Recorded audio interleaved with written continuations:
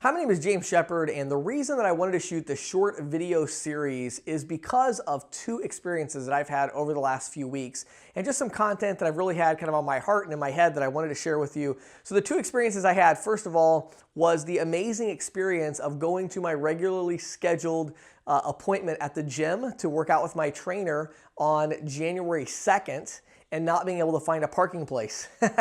And I'm like, what is going on?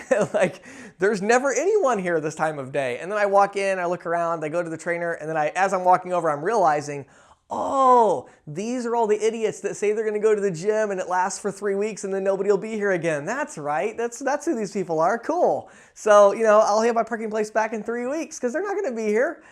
So that was interesting to me, and it just really made me realize that it's sad how few of the goals that we set at the beginning of the year a lot of times end up coming to fruition.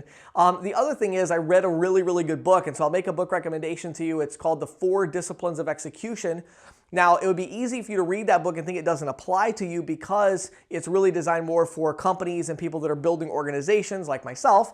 But I really found a great personal application from it, and so I'm going to share some of the concepts from that together with this idea about sharing goals. So the first thing I want to talk about in this video is what really matters, or what matters most. What matters most. So the biggest mistake that people make when they set goals and ambitions is that they set too many of them. Now, I have fallen prey to this for years. This has been pretty much the biggest thing I've had to overcome, I think, in my professional career, is this idea of, boy, I always want to accomplish like 50 things at once. But the truth is you just can't do that. And the best way to make an improvement is to pick one thing that you can really accomplish, that you can move forward in. Now, I don't know your particular situation, and so I don't know what that one thing would be, but the most important thing is you need to look at your business, you need to look at your family life, the big areas for you, and you need to identify, what is that one thing that I could do? What's one thing where if you could just change one thing and only one thing over the next 12 months with your marriage, with your parenting, with your credit card processing business, with your sales career, whatever it is, you've got to find that one thing.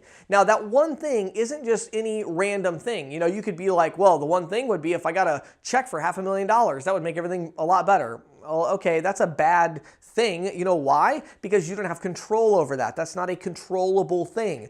It has to be one thing that you have control over.